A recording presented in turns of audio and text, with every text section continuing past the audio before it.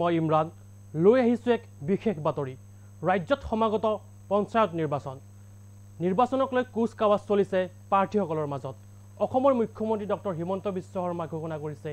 অহা 2 পৰা 5 এপ্ৰিলৰ ভিতৰত ঘোষণা কৰা হ'ব নিৰ্বাচনৰ দিন তাৰ লগত সংগতি ৰাখি প্ৰাৰ্থীসকলৰ বাবে বান্ধি দিয়া হৈছে 33টাকৈ নতুন নিয়ম কি নিয়ম বান্ধি দিয়া হৈছে প্ৰাৰ্থীসকলৰ বাবে লৈ আহিছো সবিশেষ পঞ্চায়ত নিৰ্বাচনক লৈ ডাঙৰ খবৰ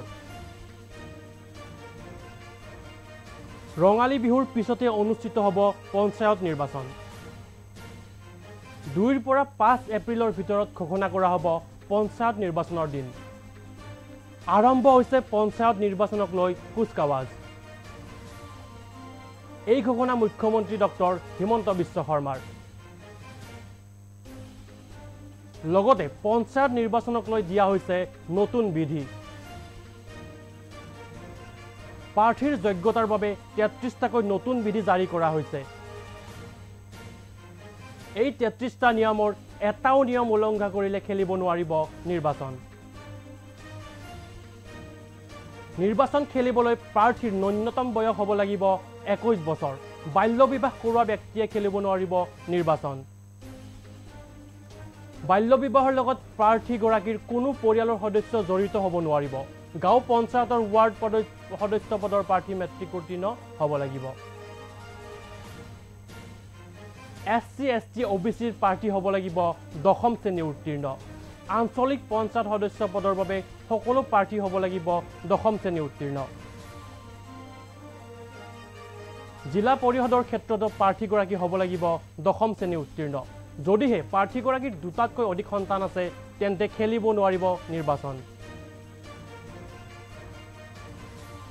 2018 চনৰ 19 মাৰ্চৰ পূৰ্বে দুটাতকৈ অধিক সন্তান থকা প্ৰাৰ্থীহে খেলিব পাৰিব নিৰ্বাচন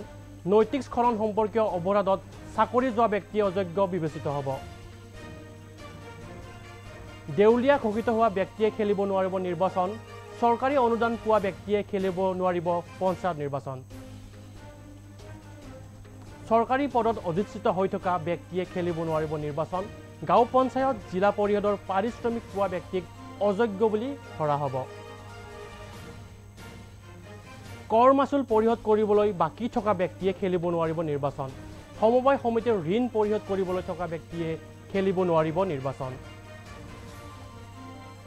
বাসস্থান চেনিটাৰী নথকা ব্যক্তিক অযোগ্য বুলি ঘোষণা কৰা হ'ব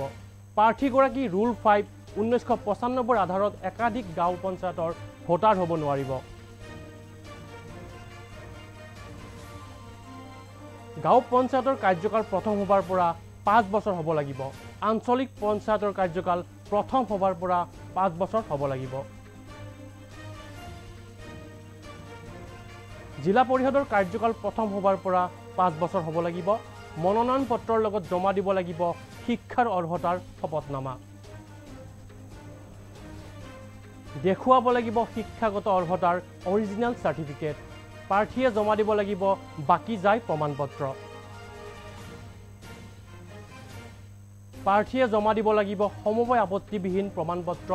প্ৰাৰ্থীয়ে লগতে জমা দিব লাগিব বেংক আপত্তিবিহীন প্ৰমাণপত্ৰ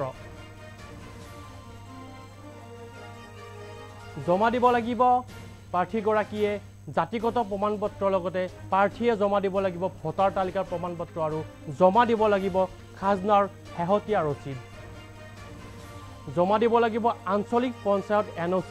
খুলিব লাগিব প্ৰাৰ্থীৰ নতুন বেংক একাউণ্ট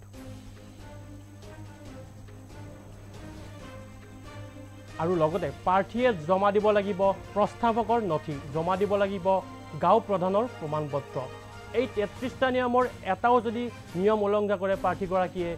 তেন্তে প্ৰাৰ্থী গৰাকীক অযোগ্য বুলি বিবেচনা কৰা হ'ব পঞ্চায়ত নিৰ্বাচনৰ প্ৰতিদ্বন্দ্বিতা কৰাৰ পৰা